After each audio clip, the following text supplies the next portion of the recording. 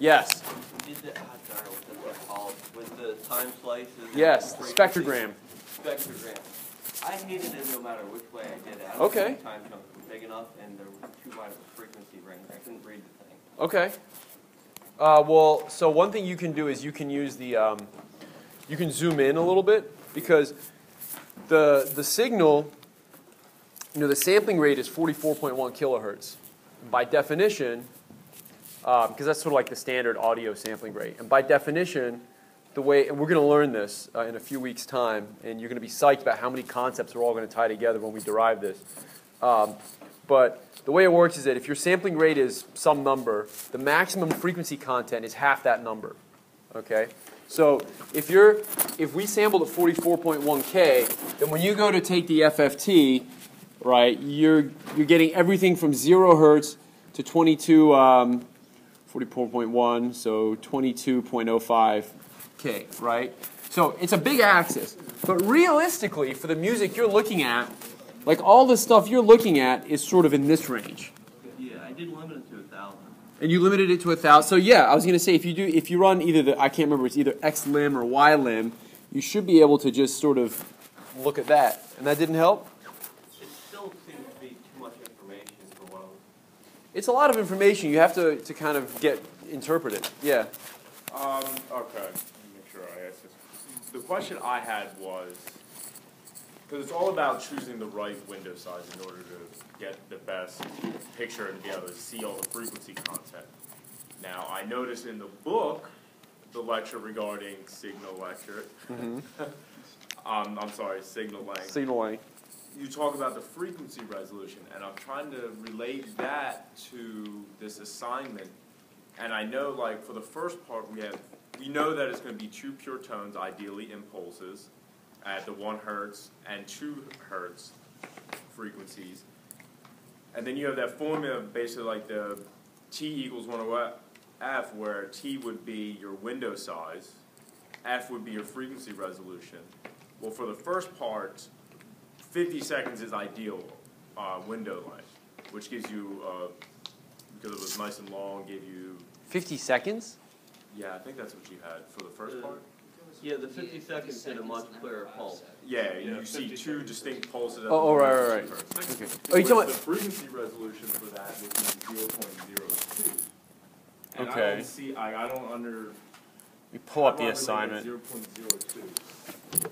Well, okay. So first of all, let me pull up the assignment. It's been like about a week and a half since I wrote it, and a lot of stuff went through my brain in the meantime.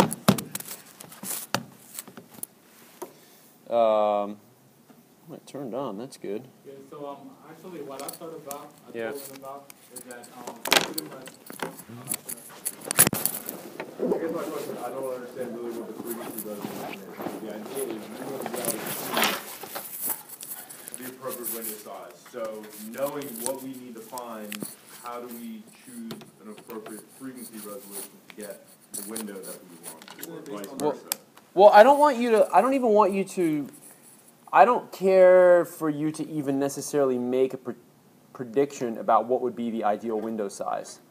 All I really care is that you can make a statement about the trade-off between window length, like why, what happens when you make the time window bigger? Like what gets better and what gets worse?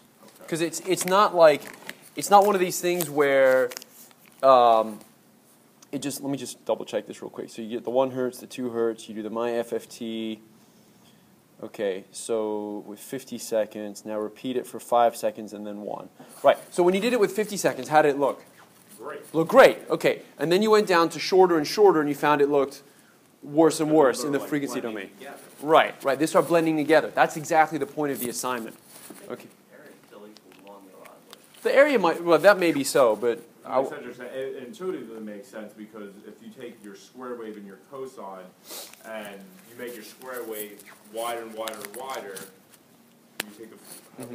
Right, and this is actually also going to fit... No, this is also fitting in with... Look how hard I'm trying to make a point. This also fits in with the recitation you're going to have this week, which I'm sorry I sent it at midnight, I suck, and also with the exam that you just had, okay? So, in essence, what we're doing is this. You're taking a pure cosine, Okay, a pure cosine is infinitely long, right? It goes all the way to a negative infinity and all the way to plus infinity. And what you're doing with, now, what you're looking at when you only take a 50-second cosine is what you're essentially doing is you're taking this infinitely long cosine and you're multiplying it against a square, this rectangle. Okay, because when you do that, what you'll get will be 0 cosine 0. So in essence, what we're doing, so when you take a 50-second cosine or a 5-second cosine or a 1-second cosine, what you're essentially doing is saying, what's the Fourier transform of this signal? Okay, and it turns out there's a relationship between the Fourier transform of this signal, which we know what that's supposed to look like, right? There's your cosine. The Fourier transform of this signal, which is what? There's your sinc function. Yeah, it's convolution in the frequency. Convolution in the frequency domain. Great. So, right. So what we should have found when you take this and you take the Fourier transform is that you get one of these located at this frequency and one of these located at this frequency. Right? Okay. So the question now is, what happens if I've got another cosine added in? Right? So now what's going to happen in the frequency domain? Like the small waves are going to amplify. I'm going to have this now, right? Add it? Are they linear? Yeah, they're going to add. Yeah. That's why we want to make our window bigger or square. So if you make this window bigger, what happens to this pulse? Shrinks. And if this pulse shrinks, what happens to your ability to tell apart frequencies in this plot? That's what we're talking about. Well, like, what if you go the other way, right? I know that's what we've been doing in the assignment. We go when it's smaller. When the square root is smaller. So what happens? That becomes an impulse, right? Or No. That becomes a constant in time, in frequency. Yeah, this gets broader and broader and broader. And if you have two cosines that are next to each other, then when you do this, they're going to overlap and you're going to have no idea what's what. Okay, so this is making a strong argument that your window should be as big as possible because it gives you better ability to separate things in the frequency domain. So what I want you to think about is, why might a bigger time window be bad? Okay, and that's sort of where the second part of the assignment comes into play, the one with the spectrogram. Okay, yeah. I got a triangle actually. Like, Well, we took sampling sizes that. You should add more points to your time vector. No, I think it did the opposite. When we added more points, it actually made it look more like a triangle versus I took less points. Show me your code. I think there might be a way to strong arm it. Show me your code. I think I could probably guess what the problem is, but I'm not going to be able to. Just show me the code. putting 3 loads. When I put 3 things in FFT, that seemed to correct the problem more. Seemed to make it square. When you put more things in the FFT? Yeah. Oh, like when you told it. Signal. Yeah, when you put the third, right, the signal to sampling rate, and then you can override the number of points in the FFT. Yeah, that'll make it smoother.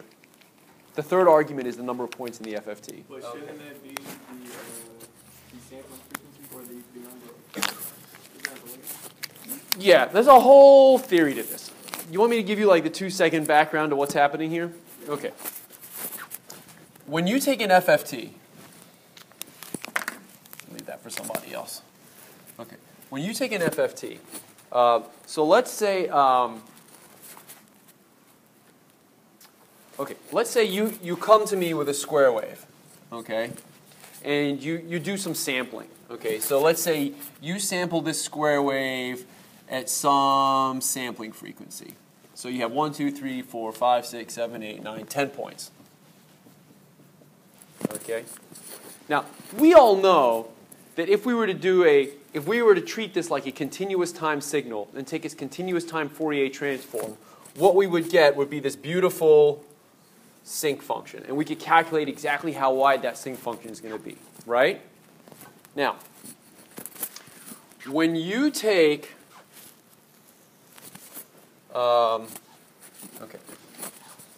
So you have a 10-point signal. If you go to MATLAB and say, give me the FFT, MATLAB will give you a 10-point FFT. Now, furthermore, let's say this had some sampling rate. I don't even care what the number is. We're not even going to speculate. Let's say you pick some sampling rate, 1,000 hertz, 44.1K. Who cares? So what happens is remember how I said that the information sort of stops at half the sampling frequency? So what happens is it says, okay, half the sampling rate minus half the sampling rate, and then it's going to give me 10 points distributed over that range. That's what the FFT does. If you give it a 10-point signal, it will return a 10-point FFT.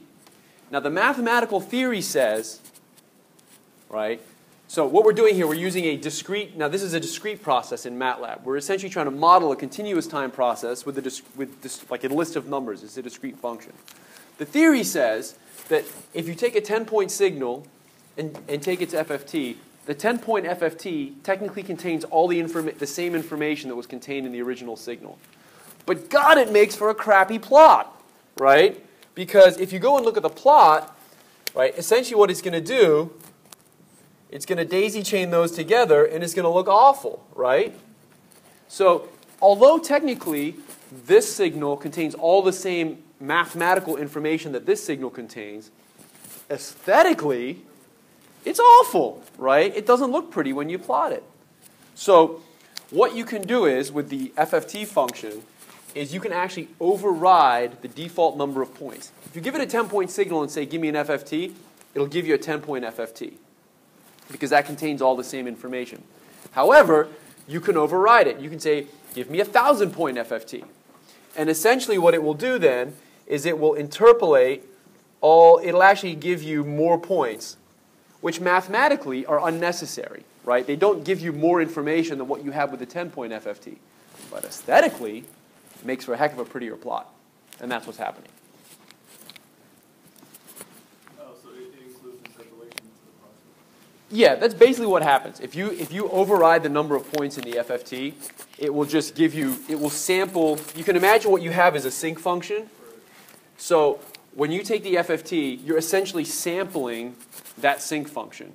The default is to sample it with 10 points, the same number of points in your underlying signal.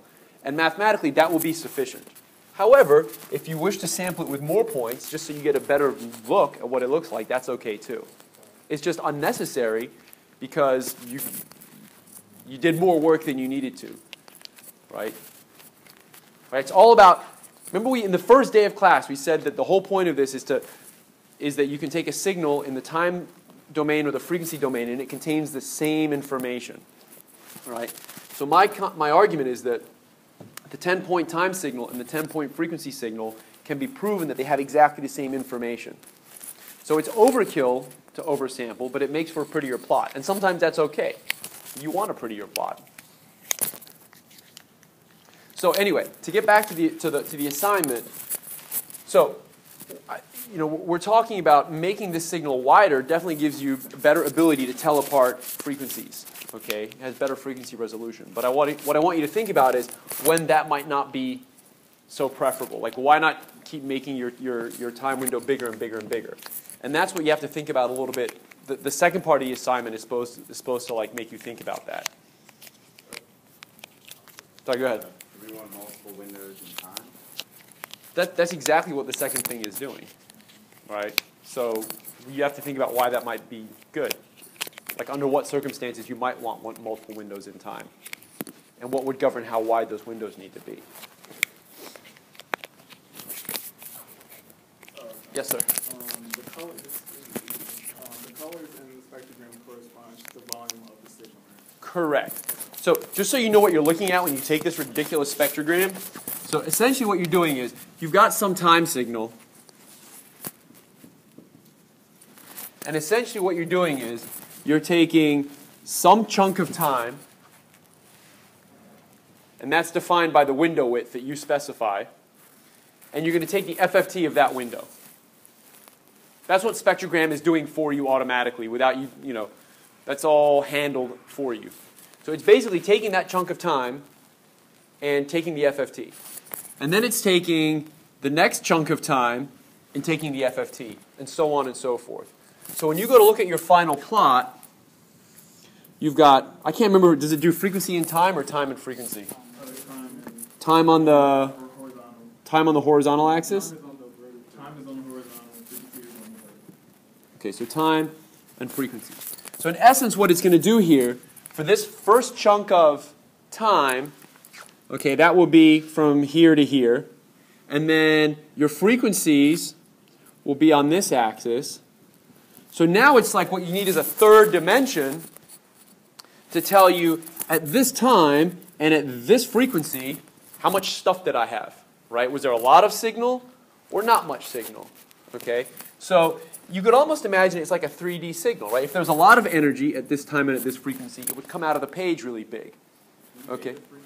You can. If you actually take the spectrogram, okay, on your when you generate the spectrogram, in the figure window, one of the icons that you can click, like next to the zoom button and the what, there's a 3D rotate button. Click the 3D rotate button and rotate it and see what happens. Okay. What you'll find is that it's what you'll find is that it ain't that easy to interpret. Really? Well, it's just messy. Here, you want to all look at it together? Here.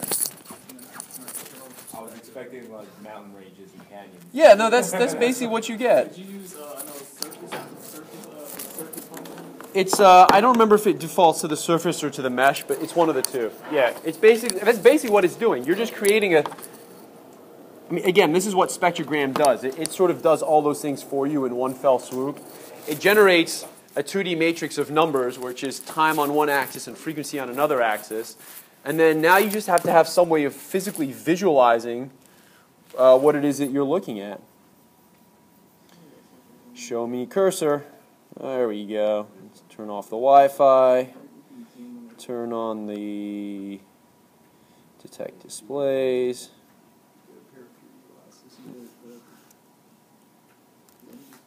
Here, I want to play too. And I'm assuming the redder the frequencies, the more amplitude or the more. Yep. Okay, so hold on. Let me just CD tilde Dropbox, ECE 3512 full, computer assignment CA3. Okay, so are we looking at the same thing? We are. Here. This lecture is taking on a mind of its own. That's okay. As long as we're learning something, I don't care. Okay, so it was, what, like SFS equals wave read piano.wave. All right, let's see, that worked. And then what do we need to say? Oh, I've already forgotten my own instructions. My spectrogram S win FS. So my spectrogram S win FS, where the window is, we'll start with something like 1/10 of a second window. Okay, so there's your spectrogram. Okay, so a natural question. So first of all, you see how it goes all the way up to 22 kilohertz. But there's really not much to see past like 1 kilohertz. So one thing that you could do let me find something to sit on. One thing you can do right off the bat to make your graph look a little cleaner is you could say like Y lim 0 to 1,000. Oops.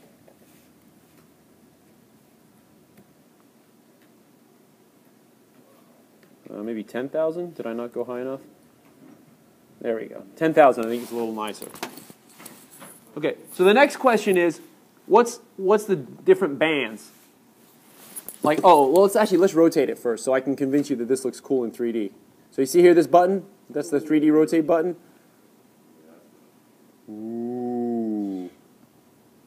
Okay, so which colors represent lots of energy? Red. Okay. Okay. I don't know if that's necessarily easier to interpret than the looking down on the top view. That's why we use color. It's just a tool to to get more information on the page. So let's do that. Now, there's a cool command you can run called color bar. And if you do that, it actually gives you a bar on the right that tells you what's what. So dark blue is negative 100 decibels, whereas bright red is 50 decibels. So it sort of tells you what's what. This stuff gets actually really neat. You're not even obliged to use this color map. You can actually try something like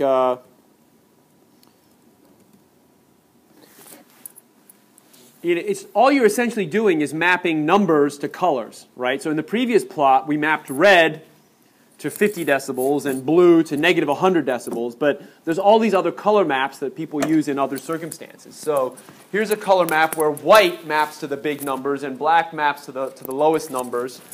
And if you type help color map, there's a whole, I think it tells you, somewhere it tells you where the, here, doc, color map. It tells you what all the colors actually are. There we go. Right, and there's all these like theories about which one's best. You can make your own, believe it or not. I mean, there's all this color map. What do we say? Color map, hot. Copper's good.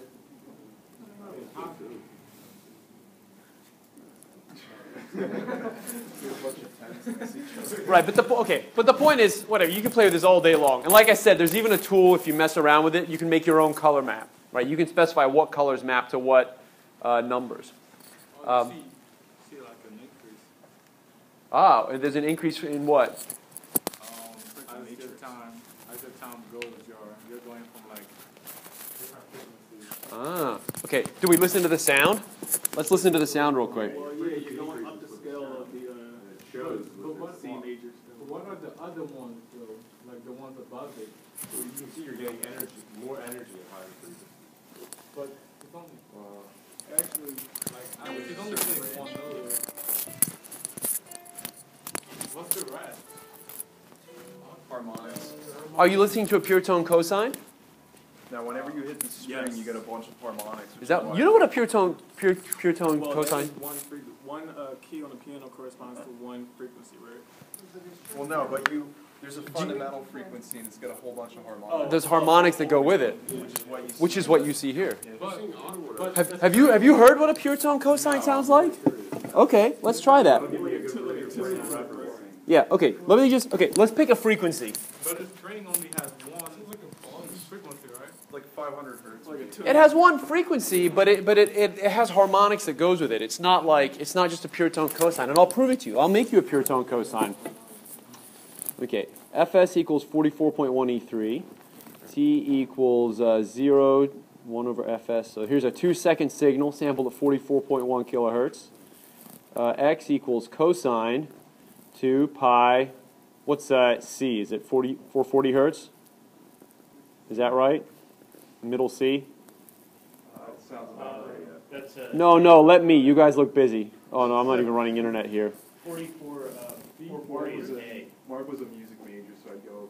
Okay. C. Okay, the note C. The note C. Okay, whatever. Okay, so sound scale X, comma, Fs. Ready? Ready?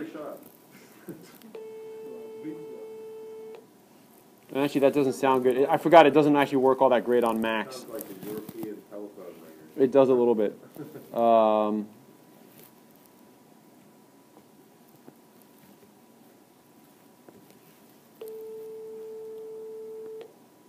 You hear that? There might be a way for me to actually patch the audio into the... Yeah, there is. I think it's hard for the human ears to hear overtones, like harmonics. If we tighten the string on the piano, do we get more harmonics? I don't know. I'm not. Change what frequency the fundamental is, and then the harmonics should change too. Which is when you tune it, you're actually trying to get the. That's 2,000. That's 2 kilohertz. You don't want your piano making that noise, right? Okay. So the point is, I mean, the proof is in the pudding, right? This is what your piano sounds like. Is it a pure tone? No. I mean, If it was a pure tone, at each time you'd only be seeing energy at one frequency. But what you're seeing is energy at, is it multiples of the same frequency? Right? That's harmonics. Yes, sir? Can we use my spectrogram for the cosine to see how the pure tone will be applied? Yes, we can.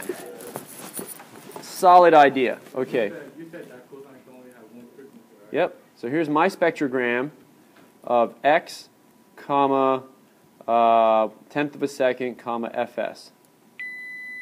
Oh, I am so sorry. Okay. Okay, it's a little hard to see because the color map isn't working for us all that well. Hold on. Color map, HSV. Okay, there we go. Do you see it now? Yeah. All right, where is it? Right there. Boom. One frequency, no harmonics. Actually, there's another cool one you can do. Let me see if I can. Hold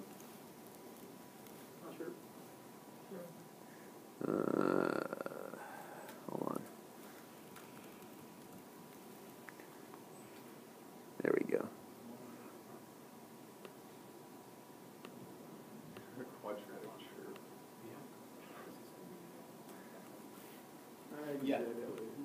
Oh, why can't I grab the T? It's taunting me. You see that? You should start from the dot. From the way it's encoded. I have rights. I run a class. Okay, whatever. Did I get the equal sign?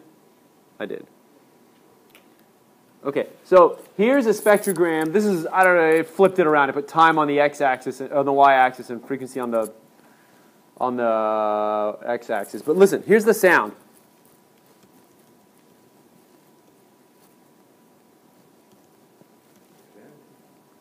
Why do you multiply by 0.8? It's a Mac. I'll tell you in a second. Oh. Oh.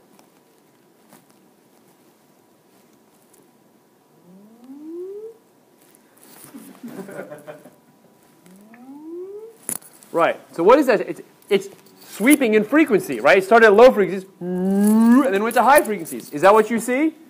Yes. With respect to time, the frequency is Increasing in a quadratic manner, right? So there you go. But the point is, the spectrogram is the right tool for visualizing that. That's like pitch bending. Yeah. Yeah. So this is a fun assignment because sorry. Okay. It's not as bad as the cricket. Not I'm as not bad. looking for individual values really on the spectrum. No, not at all. Right. Trying to find a pattern. But it's interesting. So is it? Can you tell that the you're doing the scales here, that like the frequencies are increasing? Yeah. Boom, boom, boom, boom, boom, boom, boom, boom. Right. Like the frequencies are going up. Right. And you can see that in the plot. So I want you to explore things like what happens if you change the window size. Like now I'm going to make my window a tenth of the width.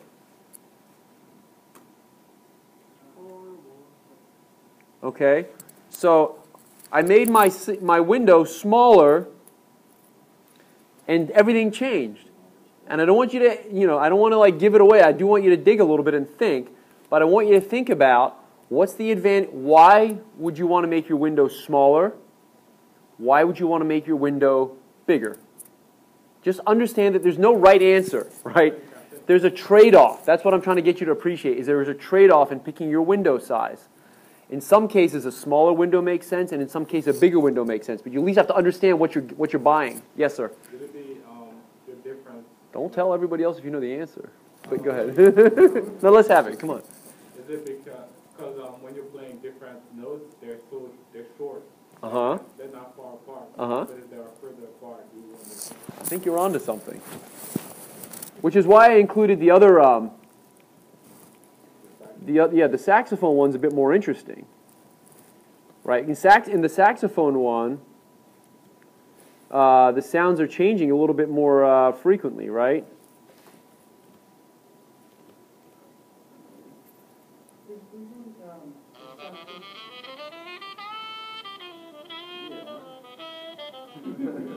Right, so those notes are changing a lot more quickly. So you have to ask yourself, if I made like a half a second window,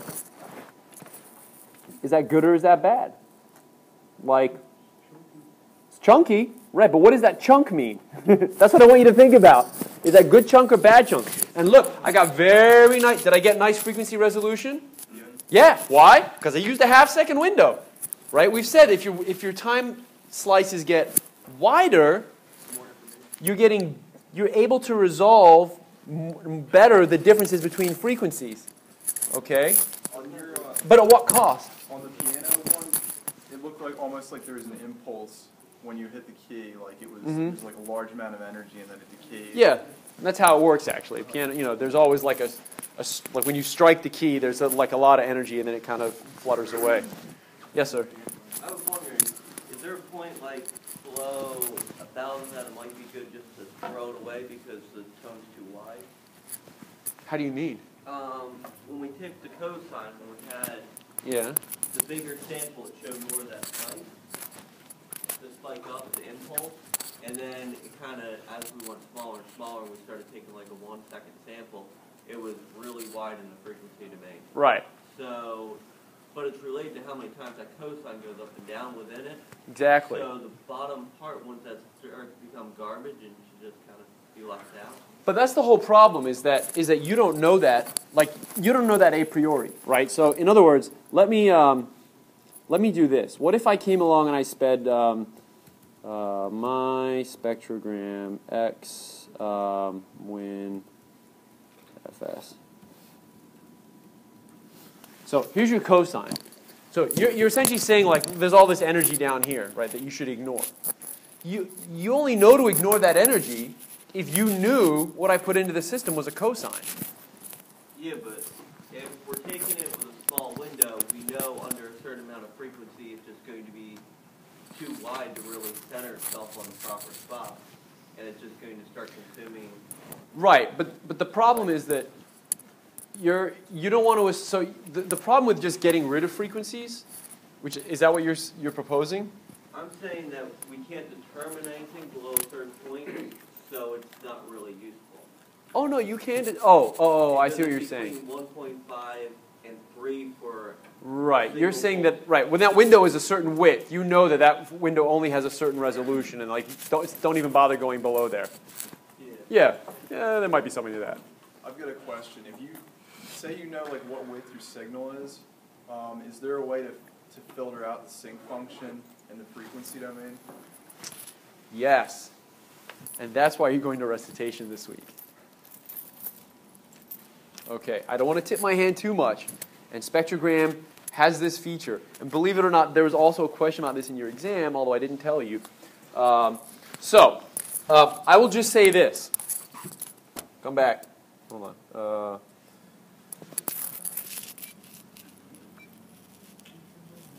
I just want to mute the projector. How do I do that? Push to mute. Can I make the projector go up? Yeah.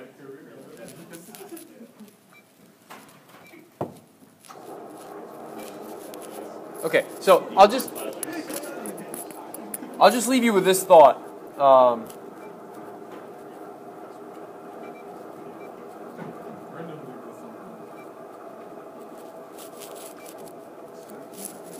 leave you with this thought. It's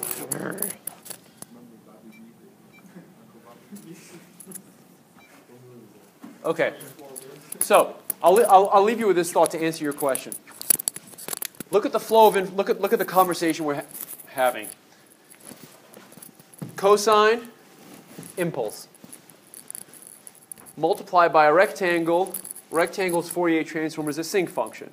So the end result is you take your sinc function, copy it where the cosine is. Now, who said we have to use a rectangle here? What if, I'm just going to throw this out here.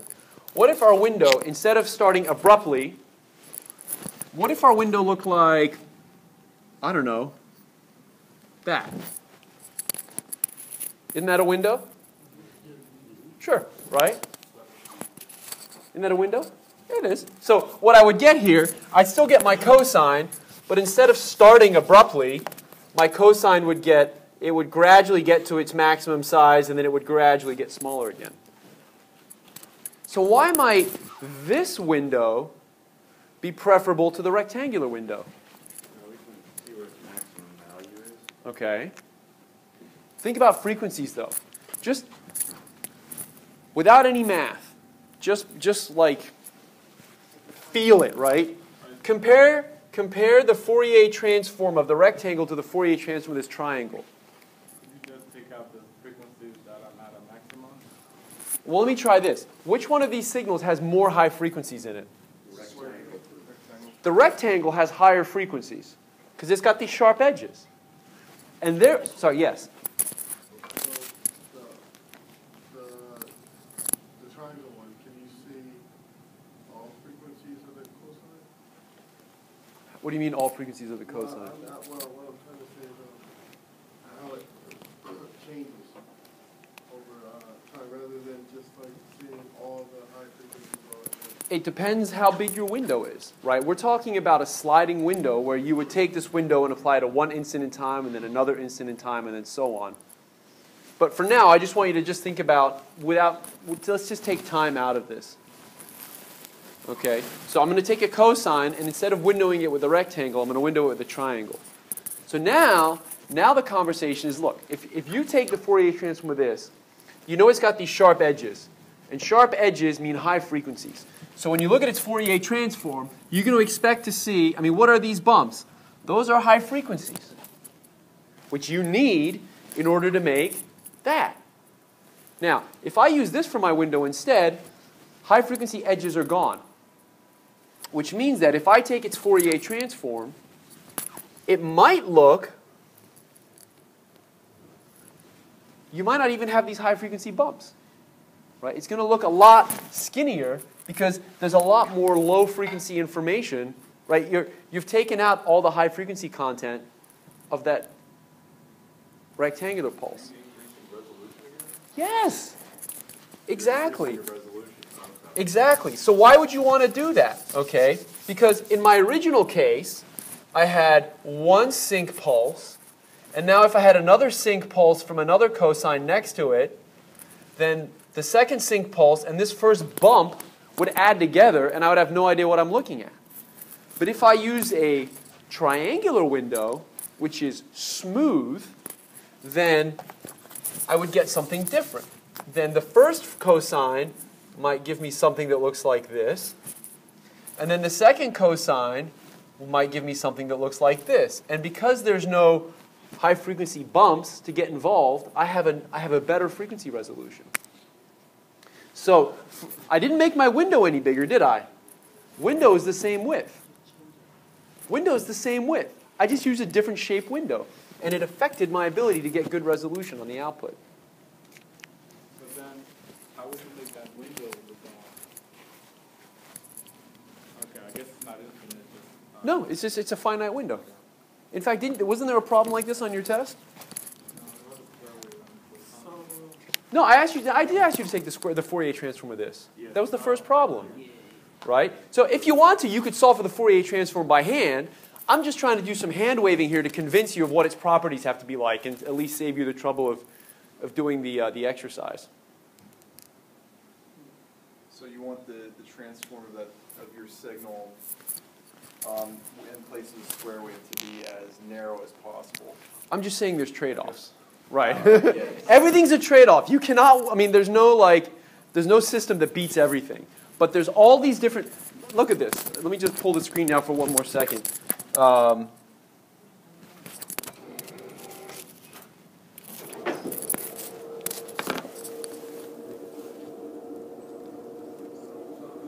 think if you figure the paint, then you put like a black screen, it'll be better to see black instead of white lights. Oh, just on the. Yeah. Yeah, I'll figure that out. Hold on, I want to show you something else first, though. Hold on. Okay, look at this. Windows. People have spent careers, literally careers, coming up with different shaped windows to window signals with, okay? Because they have different properties, right? Some windows, like the downside of using the nice thing about using a rectangular window is that if there's, well, how about this? The downside of the triangular window is that you're really maximizing, only the information that's in the center of the window is really important.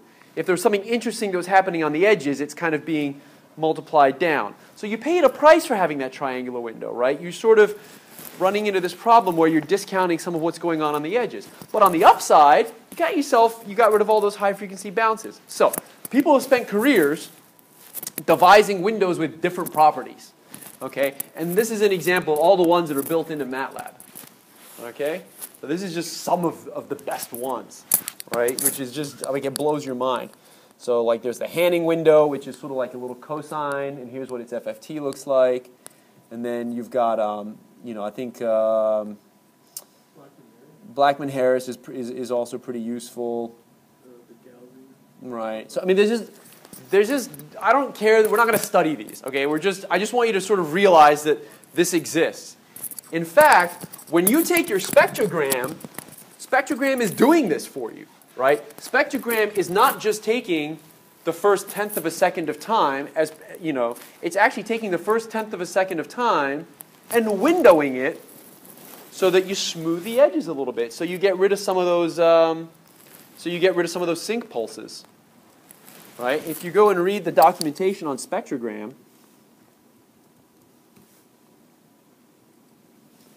look at this. Hamming window, right? It's actually windowing your data with whatever the Hamming window looks like. Okay, why?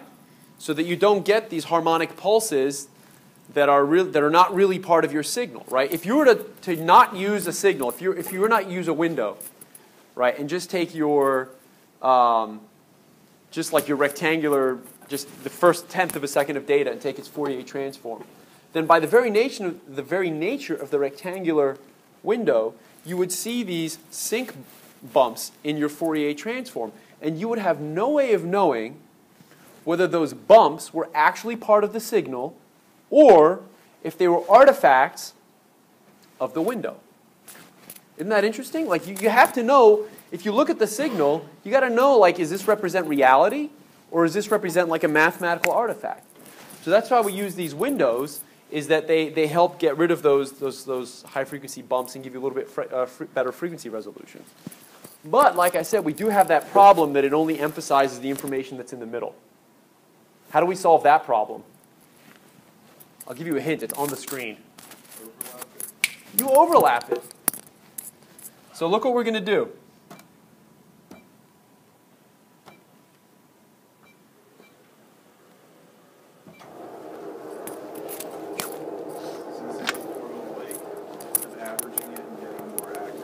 Yeah, so look what we're going to do. Look at all the ways we're going to beat the man, right?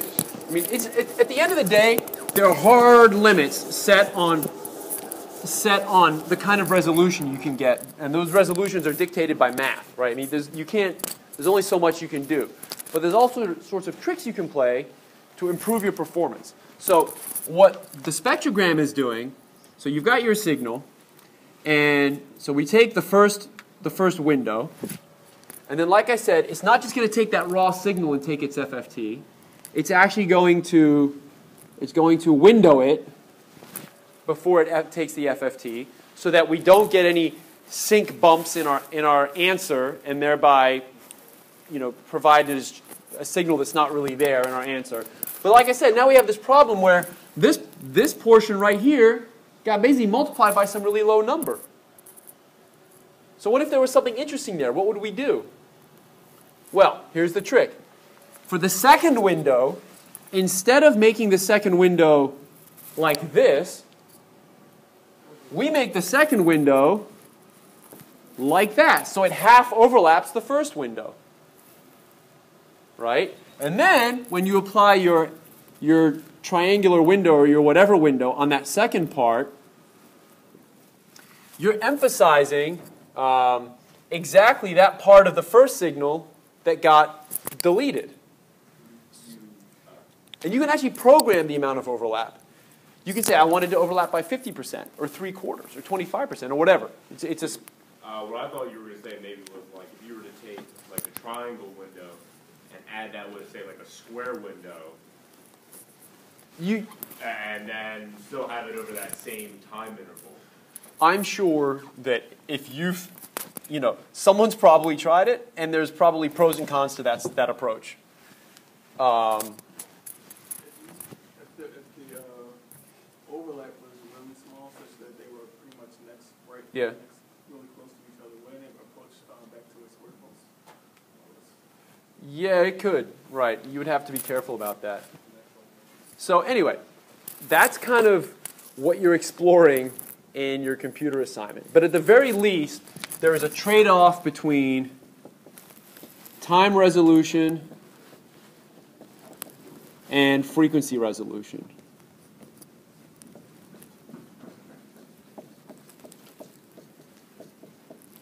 All right, and there's a trade-off. Now, like I said, there are ways of trying to game the system so that you can get the most out of this. But at some fundamental level, if you have very good time resolution, you have poor frequency resolution and vice versa. And that's what you're exploring in the third computer assignment. Okay? If you do a really nice job of splitting out different frequencies with a nice broad signal, like a nice wide window, that comes at a cost. What's the cost? That's what I want you to think about. This is neat stuff, and like I said, this is really now at the heart of signal processing, because if you think about what's happening here, we're starting to combine all these different concepts that we've been talking about. I mean, look what's on the board here. We've got cosines, our impulses, and we've got our rectangular pulse, which is a sync pulse, right? And then we're convolving them in the frequency domain. Right? And then we're able to have this conversation about what happens if we change the shape of the window. That's a different convolution. How does that affect your ability to tell apart cosines? How does that affect your ability, if you take your Fourier transform of your pure cosine and then you see these bumps in it, are those bumps real? Or are they just an artifact of the math? That matters. So this is real stuff, right? When people do wavelet analysis is basically another technique to try to beat the man on the time-frequency resolution trade-off. Okay, there are all sorts of techniques, but this is kind of like one of those central concepts of this class. Is there a way to graphically convolve in the frequency domain? I know we did that in time domain. Is there a way to It's the same thing. Instead of writing time on the x-axis, write frequency. I mean, it's literally the same thing. Well, I know the signals in the frequency domain aren't as simple as the ones in the time domain. Yeah. But mathematically, it's this. I mean, yeah. I mean, you can convolve any signal with any signal, right? And how you choose to label the x-axis, whether it's time or frequency or position, right? I mean, it doesn't matter. Like you can. It's just at the end of the day, it's just an integral. So, just so I know how to prep for Wednesday, do we need to do another convolution lecture? Because we did one, and then you had recitation last week. So I'm just trying to gauge your general happiness with convolution. I would like to. He went through it pretty well in recitation. He went through it? I mean, so if I on a final exam, let's say, if I had you convolve that with that, would that create tears or would that create easy points?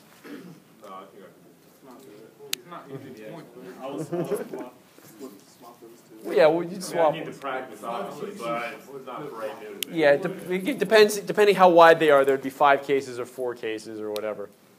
I'm asking because I'm just like I want to serve you as best as possible. I mean, if we need to do another convolution lecture, we'll do one. It would help to do one. Well, is there anything like much more complicated than the recitation? No, Okay. because at the end of the day, computers do convolution for you. So you need to do enough convolution by hand to build intuition. Once you build the intuition, you've got MATLAB. So like the worst thing we would see is maybe something of the likes of that. Or Yeah. Yeah, okay.